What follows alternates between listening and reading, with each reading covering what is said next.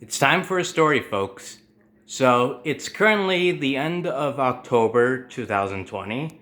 It's currently October 27th, I think. Yeah, October 27th. So about a year and a half ago, in April 2019, I converted these lights and the rest of the house to incandescent.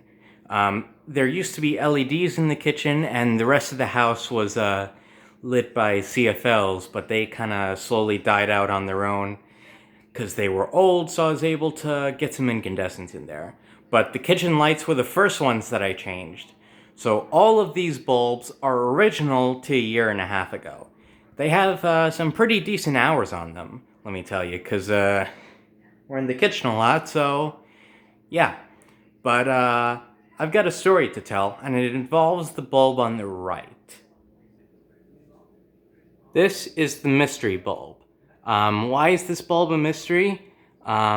Because on 3 separate occasions since I screwed it in, it burnt out. I'm not kidding.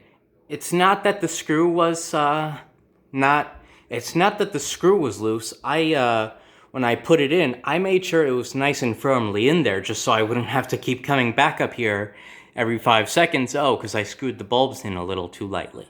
No, this thing burned out 3 different times. The very first time was about 2 weeks after I installed it. What had happened was I came into the kitchen. It was early in the morning. This was April 2019, so it was still kind of dark out early in the morning. So I came into the kitchen to get myself some food, and I fire up the lights, and I hear this bulb click, and I think, oh, it burned out. That's sad. It's only been about 2 weeks. So I really thought nothing of it. I never got around to changing it. And then one day, I'm in the kitchen again, and I fire up the lights, and this bulb comes on. And I'm like, did this bulb that's burned out just come back to life? So I'm thinking, wow. So about 8 months later, it does it again. And I think that that's really it. I think that the bulb is done for good this time. And then later, I come to change it. I'm like, you know what, let me change it as soon as possible this time. So I did that, and so I fired up the lights just to make sure that this bulb was burnt out, and it came back to life again. So I'm like, what the hell is going on here? So it kind of continued for, up until now. That was another 8 months of its life. It came back to life one last time, and it burned out. Sorry about that, I just had to get something because Moon was about to drop it. It came back to life one more time and burnt out one more time.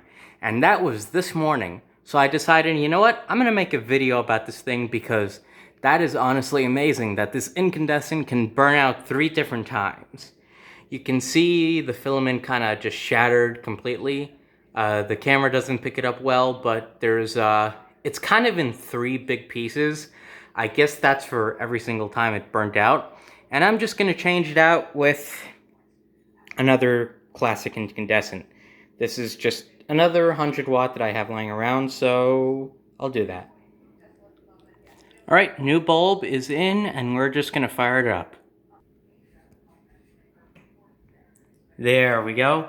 Works perfectly.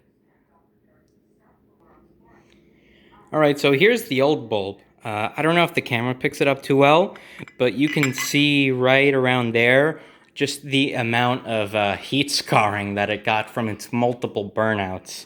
So yeah, because I've changed out a couple incandescents already, and the heat scarring was not as bad as it is on this one.